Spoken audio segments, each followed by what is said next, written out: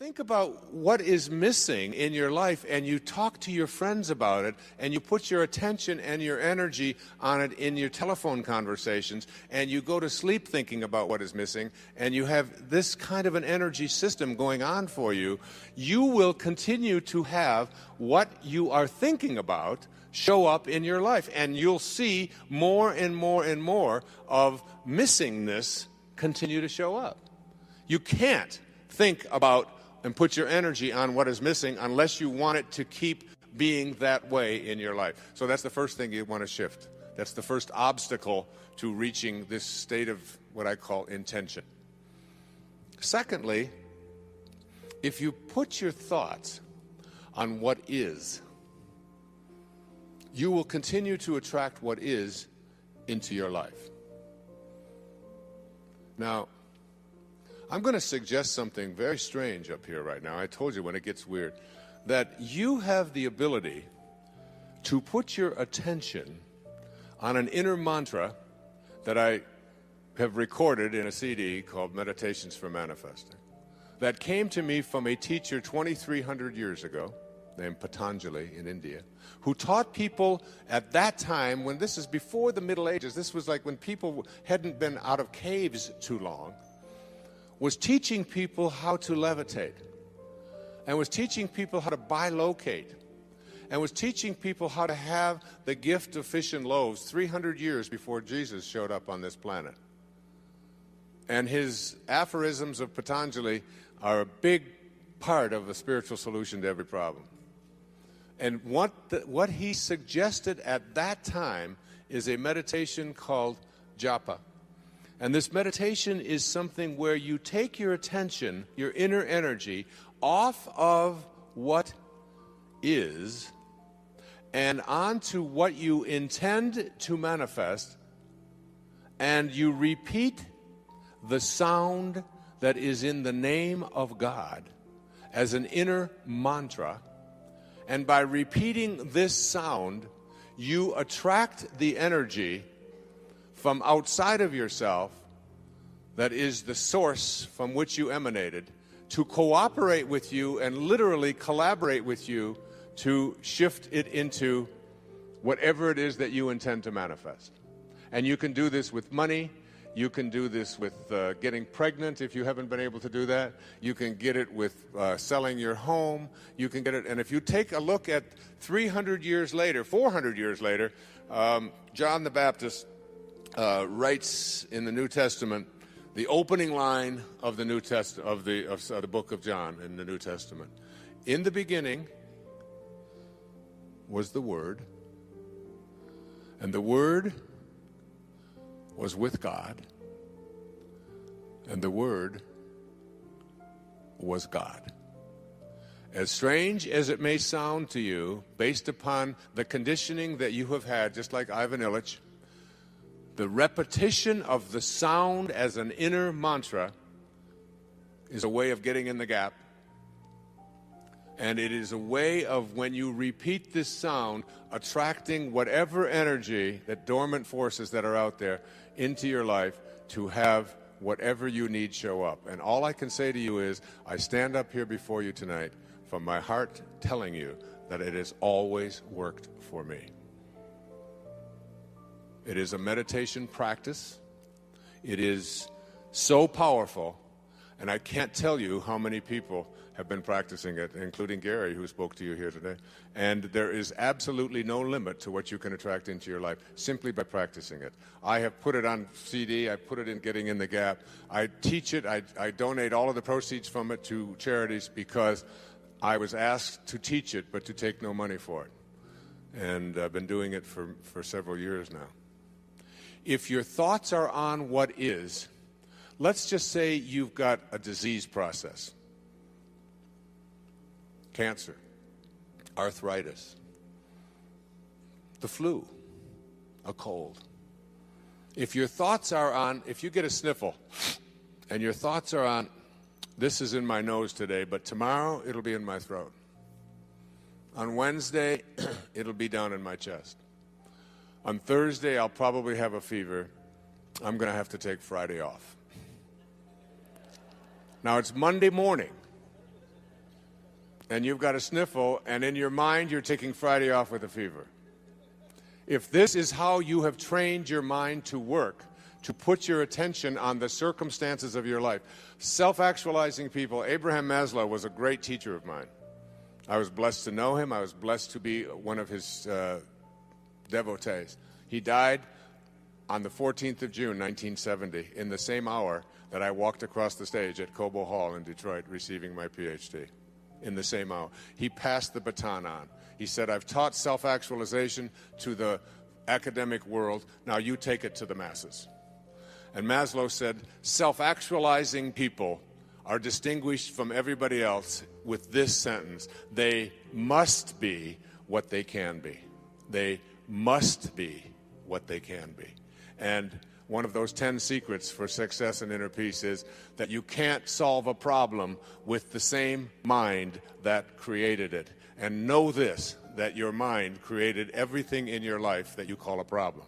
And self-actualizing, highly functioning people who live at these extremely, extraordinarily high levels of consciousness never put their thoughts on what is if they don't like what is. Because if your thoughts are on what is and you despise what is, and if you look at poor people, if you look at unsuccessful people, if you look at sickly people, if you look at tired people, if you look at addicted people, you will see people who put their attention constantly on their problems, on what is wrong, on what isn't working, on what I can't do, and so on. They'll tell you about it, they'll focus on it, and when your thoughts are on what is, and what you think about is what expands, you continue to attract more of what is into your life. When I had a practice, I had a woman who came to me who said, I just went through a divorce 7 months ago, and I've been dating, and I've dated 4 different men, and all 4 of them have used me as a sex object. And every single one of them called me up after the first date and were mistreating me, and they didn't have any respect for me, and that was the end of it. And she said, I'd like you to talk to all 4 of these men. And I said, there's only one common denominator here. You are attracting into your life what you are putting your attention on. It's called the Job effect. You can't think about what is missing, and you can't think and put your energy and talk about what is if you don't like what is. Can't do that unless you want more of that to show up. Third, you cannot put your attention or your thoughts or your energy on what always has been. If you put your thoughts or your energy on what always has been is what will continue to show up into your life. What always has been is the wake of a boat. Your life is a boat. It's heading up the river in that direction. And it's heading there at 40 knots. And you're standing on the stern, and you're looking down at the water, and as the boat goes in this direction, here you are looking down into the water, and what do you see? You see the wake. And what is the wake? The wake is the trail that is left behind. That's what the wake of your life is. That's what the wake of the boat is. And if you ask yourself the question, what's driving the boat? What's making this thing head in this direction? The answer is the present moment energy that is being generated by the engine, and nothing more is what's making the boat go in this direction. And then if you ask yourself this key question, is it possible for the wake to drive the boat? Can a trail that is left behind make a boat go in this direction? What's the answer? Impossible, isn't it? And so too is it impossible for the wake of your life, the trail that you've left behind, to be the reason why your life is going in this direction. It is not because of anything that has happened back here. That's an illusion that we live under. What has happened back here is a trail. The choices you make in this moment, and if your thoughts are on what always has been, this is the way we've always done things, this is the kind of person I am, I can't change, you can't teach an old dog new tricks, all of those cliches that have become so much a part of our life, if your thoughts are on what always has been, and you despise what always has been, you will continue to attract more of what always has been, even though you despise it. It works that way. So you can't think about what's missing, what is, and what always has been. And it gets worse. You cannot think about and put your attention on what they want or expect for you if you want that to change in your life. And there's no shortage of people who have an opinion about what it is that you should be or shouldn't be or how you should be doing it. Most of these are your relatives.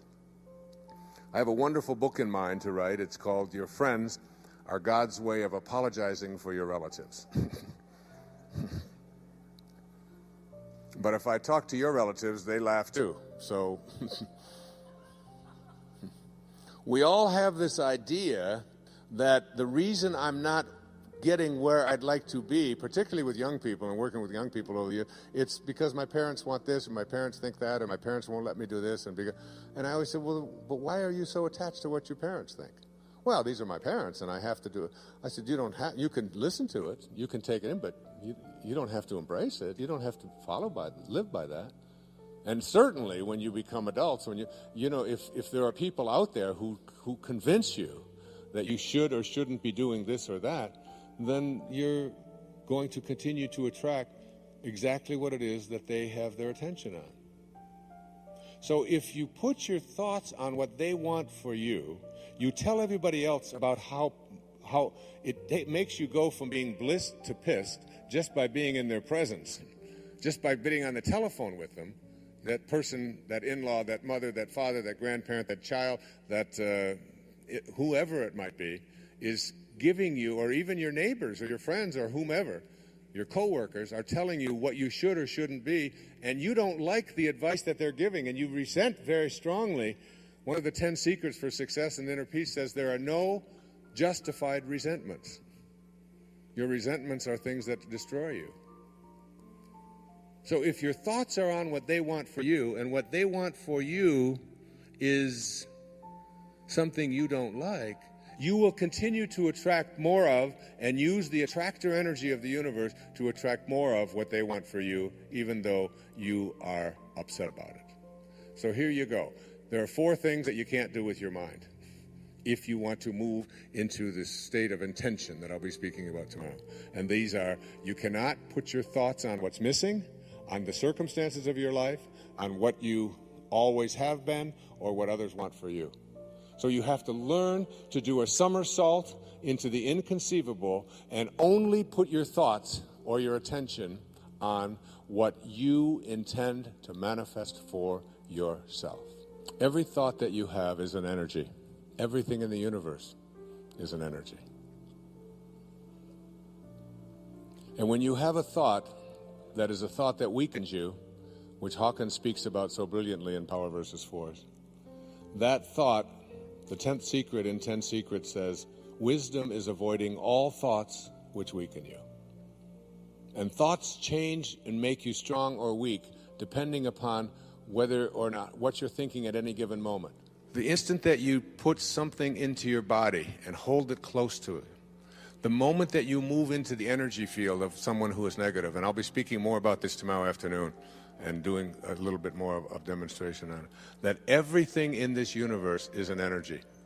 I have the prayer of St. Francis on which I'll be reciting tomorrow, and Sky will sing for you tomorrow, on a card that is produced by a woman who lives in a wheelchair. And also, and all it takes is to be in the energy field. If I had Linda hold this up next to her, it would strengthen her. Just the words. Energy is in everything. And here's one of the most powerful notions about how you move into this area of bringing higher energy to the presence of lower energy in your life to strengthen rather than weaken you. It was on the wall of the ashram where Mother Teresa lived. And it goes like this. If you want to know tonight what to do and what to think and how to bring this energy to you, listen to these words. And put these, as I said, the money that's collected on these goes to a woman who lives in a wheelchair, who has the intention to not be dependent. And you stick this on there, and you know, your children just have to walk by these words.